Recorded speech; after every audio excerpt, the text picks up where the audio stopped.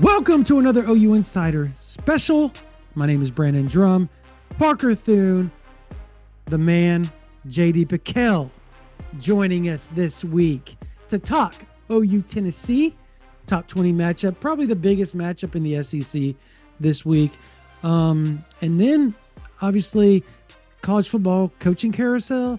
Talk a little bit about John Napier, his thoughts on after injury Napier, pre-injury Napier, OU moving forward, all the goods right here. JD, thank you so much for joining us, man. Man, it's a pleasure. Big fan of what both of y'all do, obviously, and followed y'all both from afar for a number of years, really, honestly, tracking everything in the college football world. So this is awesome to be on with y'all. And yeah, it's a wild time in our sport, is it not? We got coaches with $50+ million buyouts, which a couple of years ago it's like, hey, they can't fire Jimbo Fisher. It's too much money. And now it's like, Brian Kelly, you're 5-3. Sorry, can't lose to A&M that way. You're out of there. So wild times, man. But glad to be on with y'all. Did you see the video of him walking in and like screaming at the secretary when he walked into the Okay, to the I saw facilities? that. Yeah, I saw that. I didn't watch it with sound.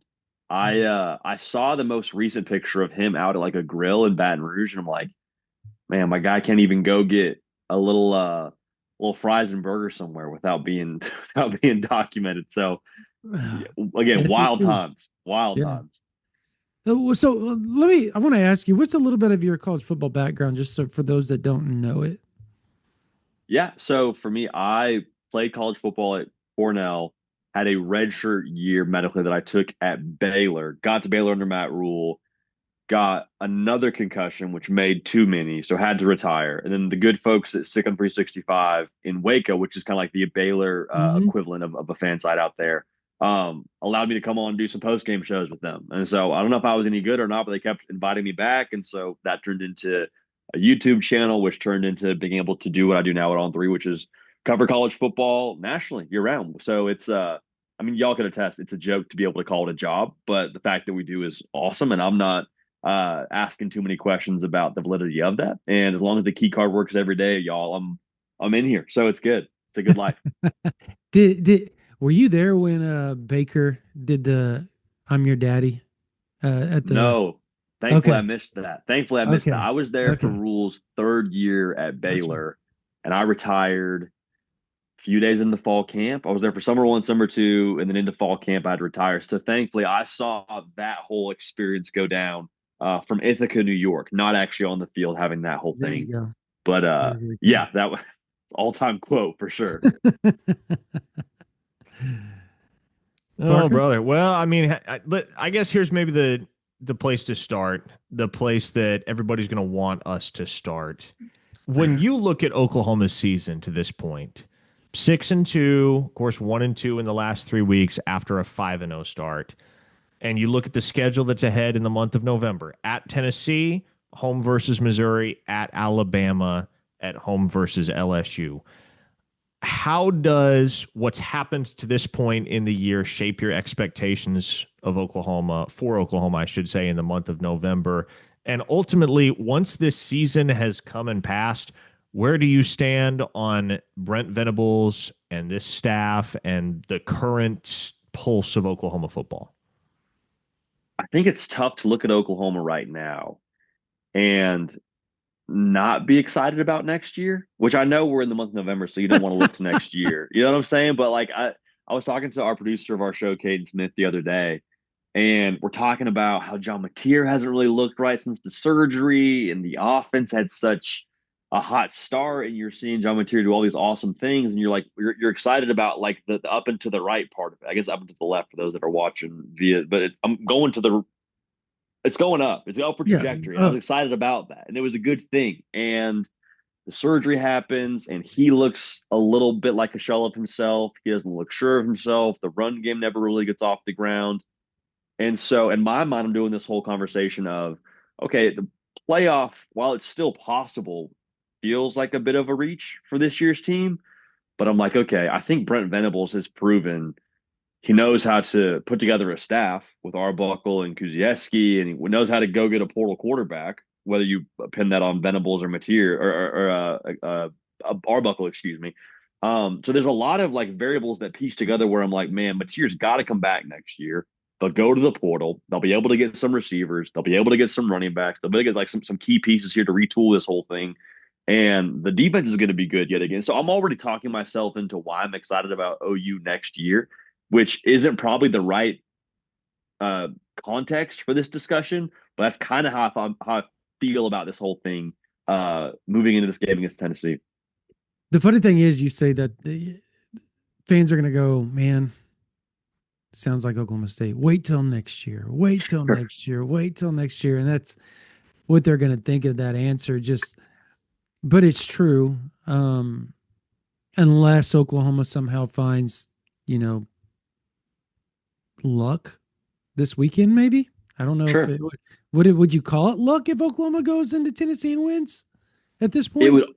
It would feel like it'd be skipping some natural steps that you take to get to the college football playoff. Because I think my whole thing was like, if going into the game against Ole Miss, I'm like, if they can find a run game, I still think John Mateer is getting healthier. I love that defense. If you can have a run game to complement what they're going to do downfield and open up more windows and free some guys up, there's a reason to believe that offense can go back to what they were at the beginning of the year, score a lot of points, look great in the month of November. Hey, if you can beat Tennessee, who knows?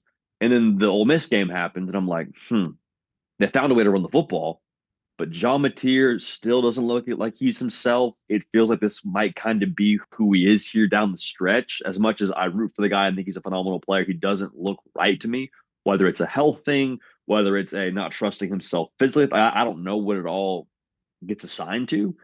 But so to answer your question here directly, if they're going to make the college football playoff this year, they're going to find a way to finish strong and be in that mix.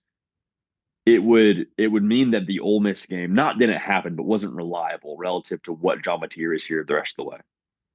Can you speak to just the reality of life in the SEC, JD? Because I think Oklahoma, man, they're midway through year 2 in this conference, and it feels like a large contingent of the fan base hasn't really adjusted their perspective from the old Big 12 days when Oklahoma just kind of ran roughshod on everybody more often than not. And obviously, that was before NIL, which has helped level the playing field across the sport to quite an extent, as we've seen with teams like Indiana and Georgia Tech and BYU here in the top 10 as the calendar gets ready to turn from October to November. But I guess let me phrase the question like this.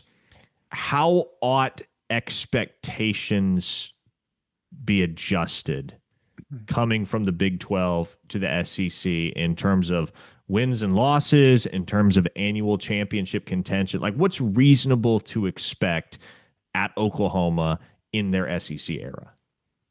Well, I think to calibrate relative to what you just said, the schedule they had was egregious. like going into the year, the over-under win total was 7.5. Yeah. You're looking down the barrel of arguably the hardest schedule in college football. And you're like, okay, so we're finishing with, again, you're telling me in the preseason we have to play at Tennessee, playoff team. We have to play at Alabama, a team that probably feels like they should have been in the playoff. Missouri, dark horse playoff team. And LSU, who I was sitting here picking to win the whole darn thing before the year started. So obviously it looks very different right now than it did before the year. But I think what we all said about Brent Venables going into the season, I say we all, a lot of people were saying before the season, were like, hey, is he actually a head coach? He's a great coordinator, but you look at the body of work and there's 2 6-win seasons. You got a pop year, your second year there in the Big 12. That's awesome. But like, is this guy really a head coach? And I'm looking down the stretch here. I think the LSU game should be a win for Oklahoma. I think at Bama's tough. I think at Tennessee is tough. I think the Missouri game should probably be a win for Oklahoma if there's no Bo Pegula. So you're telling me Oklahoma is going to be a 9-3 football team, their second year in the SEC, after winning 6 games the year before. I know we're all kind of a little bit prisoner of the moment, which I understand. I don't think anyone should care less about what's happening right now. But you zoom out a little bit, it's like, hey, 9-3, your second year in the SEC with the toughest schedule in college football. I would get excited about the future of what this team could accomplish and the way Brent Venables got that thing working. So a lot of hypotheticals baked in there, but I think competing for a conference championship year in and year out, if you're going to do the right things when it comes to acquiring talent in the portal and playing ball with NIL on the recruiting front, I think Jim Nagy's going to get the guys right roster-wise. I think conference title expectations, competing for that and being a playoff team every year feels very, very fair. Now, you're not winning the conference every year like the Big 12, but I think it's very fair to expect to be in that mix. So you say that about Oklahoma being in the mix, and that's fair. Like the expectations have to be a little bit, I guess, tampered compared to what they were with the Big 12 because they have to Yeah. be. Yeah. You're in a completely different and you had Andy Staples coming out. It's championship or bust at Oklahoma, which is also fair. But I think there's a happy medium there that you have to find as a fan, and even as a people in the media like us. Like I think you have to find a happy medium. To everybody else, like nobody's flipping the tables over if Alabama doesn't make the playoffs, right? Like in the SEC, because one, Saban's gone. Two, it's the SEC. Yeah, you're not gonna stay on top forever. That's just not realistic in the SEC. So I guess my question is everybody goes on a run. Is it plausible in your mind that even though you fans are looking at Napier right now and saying, God, do you really want him to return? Like they have that feeling. They're fans, they're fanatics. That's what it is. Is it plausible if he returns to what he was to start the year next year? And how many guys they return next season? Because they return a ton. They're probably going to have one of the top. Parker, you would agree with this, right? Probably one of the top returning percentages of complete rosters and guys that played significant snaps, assuming they don't transfer, correct? They are losing a lot of seniors on both sides of the ball. They are losing a lot of senior starters. Right, but I mean, they've got a lot of guys that are playing, is what I'm saying. That have a lot of reps behind them, a lot of snaps, is what I'm talking about. You not agree with that? I mean, yes. Okay. But yeah, if we're looking at the starting 22, there's a good chunk of those guys that are graduating. Yeah, they probably return 7 on both sides. They probably lose 5 on both sides, 5 or 4 on both sides, I believe. But there's still pretty significant amount returning. But having your starting quarterback back, would you not say that that's a chance for Oklahoma to start that run finally of kind of having their feet in the ground with how they've recruited, how they've set that roster up? I mean, I think so. Like my take has always been if you got a quarterback, you got a chance. And if John Napier is going to take a step forward from what he was this year, and especially like the beginning of the year, like if we get that John Napier and then some better next year, and Venables is calling the defense, or at least it's a Venables brand defense, even if he's not calling it, I get excited about who they get through the portal because I think a lot of receivers or a lot of different skill players in general will look at Oklahoma, and if they have the right NIL backing, see John Napier there, say, okay, I'll play with that guy. Yeah, that defense is going to be on the other side of the football for our like I'll go sign up to do that whole thing in Norman and feel pretty good about it. So I think they position themselves in a really interesting spot to where when the portal does open up, I feel like they'll have a good chance to be buyers and attract a lot of that top talent. Now how aggressive they choose to be is a whole discussion in itself. But to answer your question, I do think so. Like I think if like it might as well be now, I guess is my thought with John Napier. Like you have I guess we'll see what happens next year when it comes to returning quarterbacks in the SEC. But off the top of my head, he's probably one of, if not the top dude coming back next year from like an overall talent perspective, or a guy you're excited about. Like Lenore Sellers will be in that mix, I suppose. It might as well be now, I guess is my point with Napier and another year in that system. JD, as you take stock of Oklahoma's defense and what they've accomplished this point through 8 games, obviously, they had their worst showing of the season against Ole Miss this past Saturday. Lane Kiffin, Trinidad Chambliss, and the Rebs, they were able to make some headway, and a lot of it against that Oklahoma unit. But if you can kind of zoom out, evaluate the big picture, and just kind of take stock of where this unit has come to in year 4 of the Brent Venables era, what do you think that says? What do you think there is to be said about where this unit is at here in 2025 and where they're headed? What excites me, Parker, is they got their guys. Like they got the personnel to run Venables' defense. And I'll be curious to see how they use the portal. I think that'll tell us how comfortable they are with the personnel next year. But I keep going back to what they were in year 1, and the defense was atrocious. And we're all like, hang on, this is Brent Venables from Clemson, the dude who you got to like have three different people pull off the field with the intensity he coaches with and the way his defense is playing. What's going on? And it became pretty apparent like, oh, he didn't have his guys.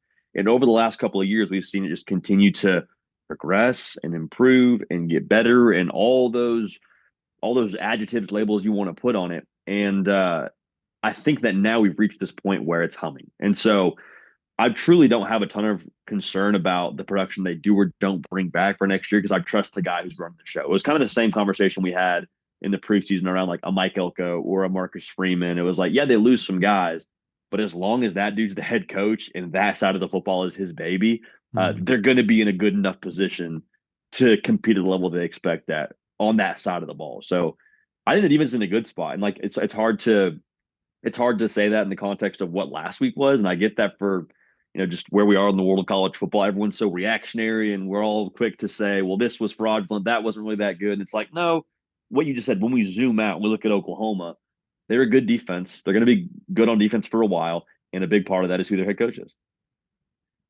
So kind of talking about the matchup this weekend, if there's a spot where you think one team has a massive advantage over the other, where would you pinpoint that between Oklahoma and Tennessee? So I think Tennessee, I guess I have two thoughts here. I don't want to ride the fence, but I think the advantage for Tennessee is I'm watching what Ole Miss just did to that defense, and I'm watching how they did it, and I'm seeing balls out quick, use that pressure of Oklahoma against them. If you can get a beat on them and keep that Oklahoma offense in neutral where they were last week, like you have a really good chance to go win the football game. Mm-hmm. At the same time, I'm looking at Tennessee in the secondary, and I'm like, man, if there was a get right spot for our quarterback, that secondary that's given up like 281 a game, that might be the spot. So the advantage for Oklahoma is there's going to be a lot of open throwing lanes. There's going to be a lot of plays downfield to be had. And if you're trying to get your quarterback right and get his confidence going and get the mojo back, like this kind of feels like that spot. I think it's going to be a shootout, to be transparent. I think that the total is like 56.5. I feel like that's going to hit relatively cleanly is my feel as we sit here on Tuesday. So that's, I guess, I didn't really give you a super like definitive answer there, but Oklahoma passing game downfield and then the aggression of the Oklahoma defense, I think Tennessee's going to be able to utilize as well. Let me ask you a very simple question that does not have an obvious answer, JD. Who's the best team in the SEC right now? I'll say Texas A&M. I think Texas, they just have so many ways to win. And seeing Bama lose week one, I think they've broken up with that version of themselves, but it's still hard for me to unsee. Like I trust Marcel Reed. I trust the depth. I trust the weapon. I trust all those things to where I've seen them win so many ways. I think it's hard for me right now to say they're not the best in the SEC. But like you just said, the fact there's not a simple answer, I think speaks to where we are right now in college football. Yeah, the overall synopsis of the SEC, just is there a world where you think there's a two lost teams in the SEC championship game? Hey, Sooners fans, we'll get you right back to the video, but first I want to give a shout out to our sponsor, SeatGeek. With over 35 million downloads, SeatGeek is the #1 ticketing app. There are more than 70,000 events listed on SeatGeek, including concerts, sports, festivals, and more. SeatGeek is also the official ticket marketplace for the Oklahoma Sooners, so all Sooners tickets on SeatGeek are authentic and secure. I love using SeatGeek. We already used it with my family to buy Oklahoma Sooners home games. We are going to use it again for Missouri and LSU. We used it for Shane Gillis earlier this season, the concert. We used it for Dave Chappelle. We used it for Oklahoma City's professional team. When they were making that run for the title, we used it. SeatGeek is not just a place to buy tickets, but it's also a place to make sure you're getting a good deal on your purchase. So if you're wondering if you're spending too much or being overpriced, SeatGeek has your back. Each ticket is rated on a scale from 1 to 10, so you know you're getting a good deal. So look for the green dot, which green means good, red dot, red means bad. Plus, every ticket is backed by their buyer guarantee. After we tell you all those cool features, of course, OU Insider has a code for you guys, so you can use the code OU Insider to make sure you get your 10% off your next ticket purchase on SeatGeek. That's 10% off any tickets with the promo OU Insider. Make sure you click the link in the description to download the app so that you have the code automatically added to your account so you can use it later. Thank you, SeatGeek. Ooh, two lost teams in the SEC title game. I don't think so. I think A&M should feel pretty good about their runway the rest of the way. I Mm-hmm. think Ole Miss definitely feels good about the runway the rest of the way. So I'd be a bit surprised if either of those teams stub their toe down the stretch here. Um, I suppose it could happen. I think you could see one if Alabama lost one and we had some chaos break loose and they found their way in as a one-loss conference team or a one conference loss team, two loss team in general. But I don't think we'll get that. I just think A&M schedule is too workable and Ole Miss's schedule is too workable for that to be the place we're sitting here the first weekend of December. So you trust Ole Miss just to go in and work over the Egg Bowl. Trust is a strong. I think to have two lost teams. Like I'm pulling up A&M schedule right now.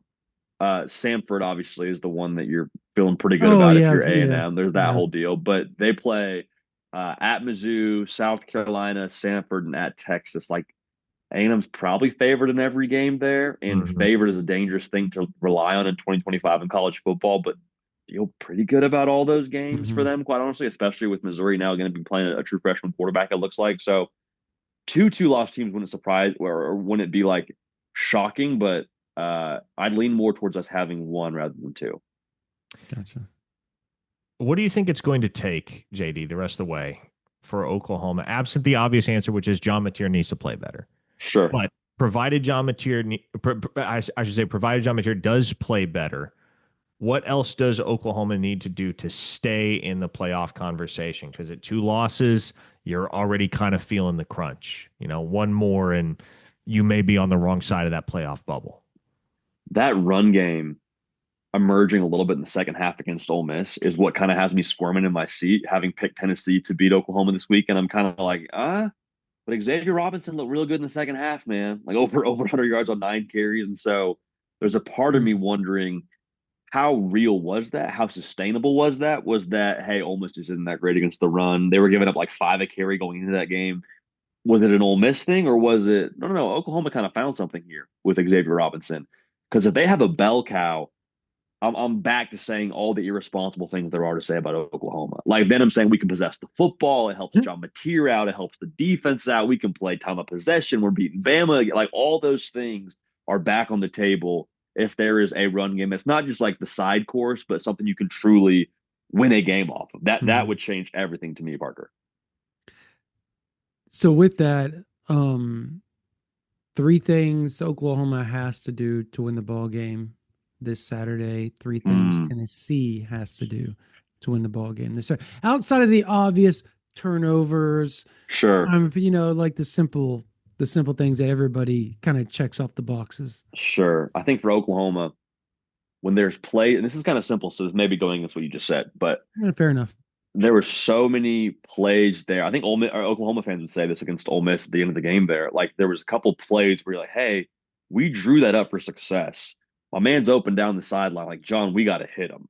And so I'm Mm-hmm. okay if John Mateer isn't 100% on the day throwing the football downfield. But when you have a couple of what I would call like cash in throws, you got money on the table kind of throws, like we got to hit those. Because I don't like the idea of chasing points against Tennessee, being down 10-14 against Tennessee. I don't like that world for Oklahoma, and I think you get to avoid that world by hitting those downfield shots.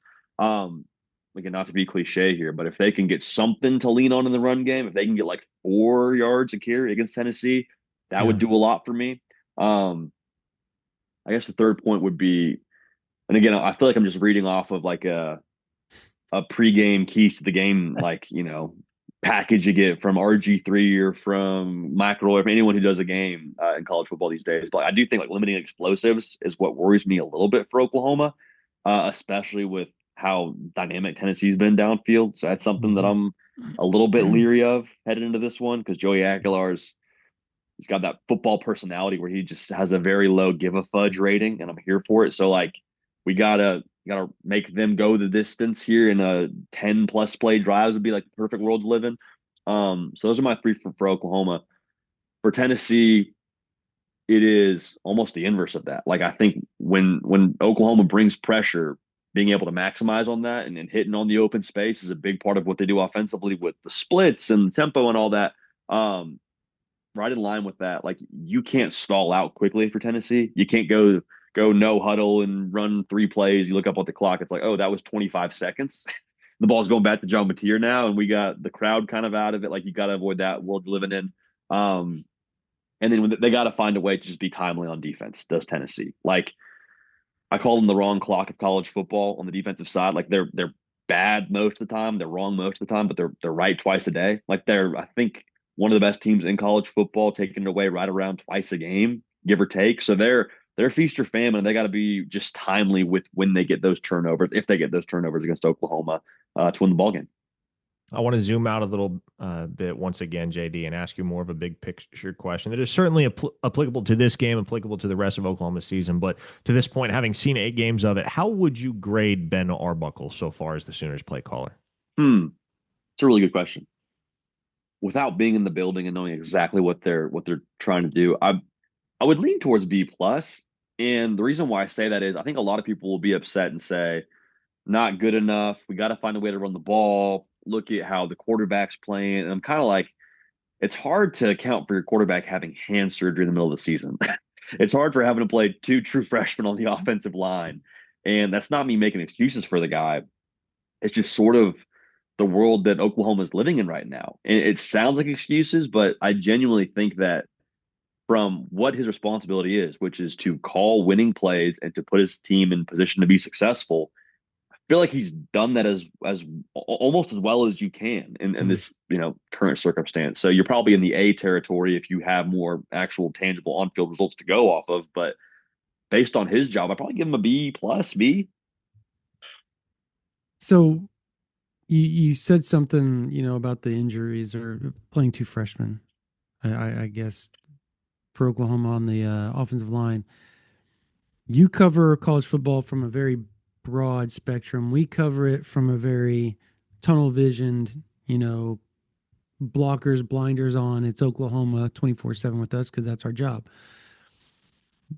You've seen the availability list for Oklahoma each and every week. This is 2 years in a row. Can you name another program that has that bad of luck on a week in and week out basis the way Oklahoma has for 2 straight seasons? Like, I'm serious. I'm literally asking you because I don't cover it from a broad spectrum like you do. You would know more than I do about the injury front across the board. I think even people that cover it on a broad spectrum, like tracking the injury report week in and week out, people track the key players that are out and, oh, this guy's dinged up. Is he playing? Like the fact that it's a known storyline that Oklahoma's got a CVS receipt every single week, it feels like last year, at least for sure, of notable dudes that are out. You're talking about walk-ons getting time during, the key months of the college football season. Yeah, I don't know. And that's not really a very good answer for that question, but so y'all would know this better than me. At what point do you start to have a conversation about strength and conditioning? Like, at what point does that discussion start? Yeah, like, those that's conversations have been ongoing for a while. Like, that's my question is like, at what point and what happens in those discussions? Is that a thing where I don't want to speak out of turn here because I'm not as familiar with the inner workings of that world in Norman, Oklahoma, but that would be my first question is like, this feels like a very common denominator for this program, and it's not a thing across the country at this level. Why? Okay, JD, last question I want to fire at you. Obviously, Oklahoma's in a position where, assuming they can split in the month of November, assuming they can go 2-2, everything shapes up nicely as far as stability heading into the off season. Don't really get the sense, and things can change because that's how the coaching carousel works, but don't really get the sense that any of Oklahoma's assistants are going to be sniped by other programs. Brent Venables is going to be around for year 5, all that good stuff. Like, there's some insulation from all of the chaos that's happening across the sport. But when you look at the coaching carousel and the reality that I think we're already at 10 P4 vacancies, close to it, and that there are more on the way, what do you think will be, and you don't have to name names or anything like that unless you feel inclined to, but what is the coaching vacancy in college football right now that has the highest likelihood of creating a major chain reaction such that this job becomes available, this job becomes available, this job becomes available? Like, which job are you watching most closely for the chaos that it has the potential to create within all of the already existing chaos? I have two thoughts from that one. Okay. The first thought is, what if Lane Kiffin doesn't go to Florida? And he may very well not. Like, he may stay at Ole Miss. I know LSU makes a lot of sense on paper, but I say that because everyone that's played Florida has said the same thing. Even when they beat them, it's a really good roster. There's a lot of NFL players on that roster. I know DJ Lagway came out and said, "I'm a Gator, man." It's like, okay, I don't think you're lying, but I also don't know what happens if they bring in a head coach who's maybe not everyone's cup of tea on that roster or doesn't get them excited about like a Lane Kiffin would. That is a lot of really talented players that could hit the portal and be game changers, I think, across different places in the SEC and just college football in general.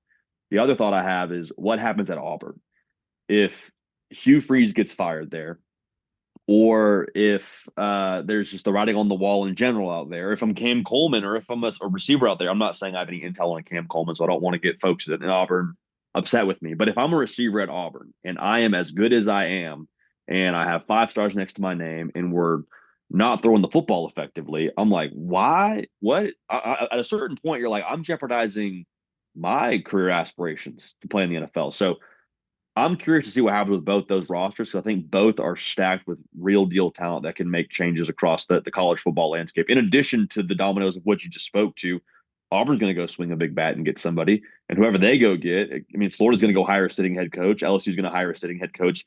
Both of those, I would imagine, are looking in the SEC first. And so the dominoes from those jobs, I think, from a roster level and from a job level, will cause the greatest ripple effect. So I can't wait to watch. It's gonna be awesome. It's gonna be awesome.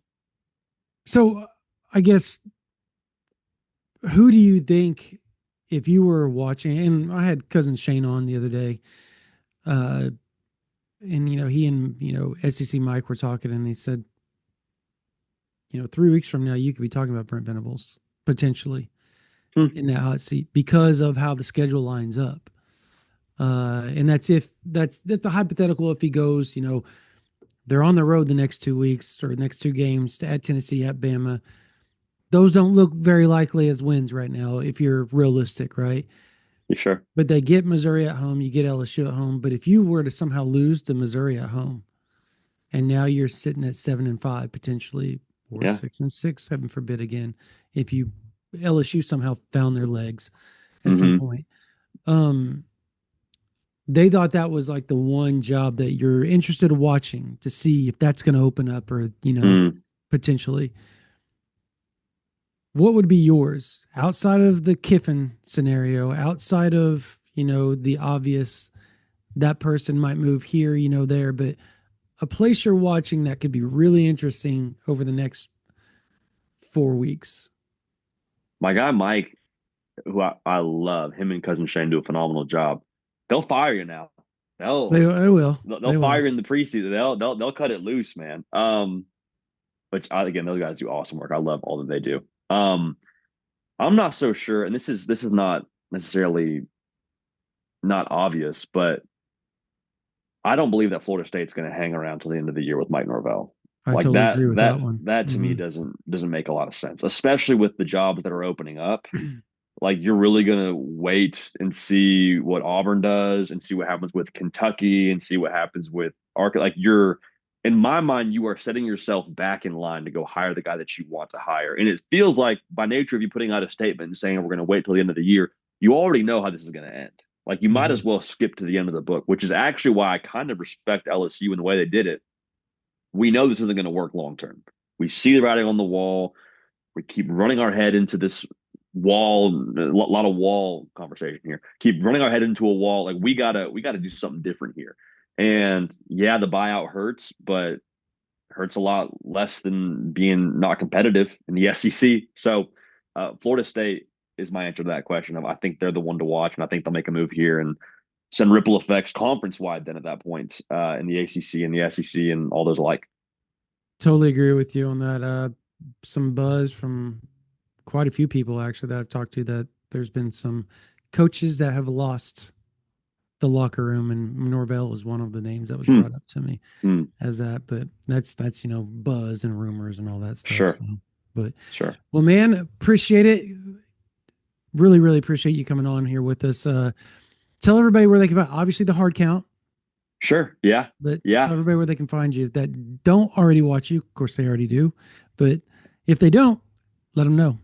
Well, that's kind of you. One, I appreciate having me on. Like I said, y'all do a phenomenal job. And if you want to track any of my work, it's over on the On3 YouTube channel. You can find it all there, or any of the social platforms. I'm just at JD Pickell pretty much everywhere. But again, y'all do a phenomenal job, and it's genuinely a pleasure and an honor to be on with y'all. This is great stuff y'all do. So thanks for letting me be a part of it. We appreciate you, brother. Yeah, man. Appreciate you, man. That is JD Pickell, On3, hard count.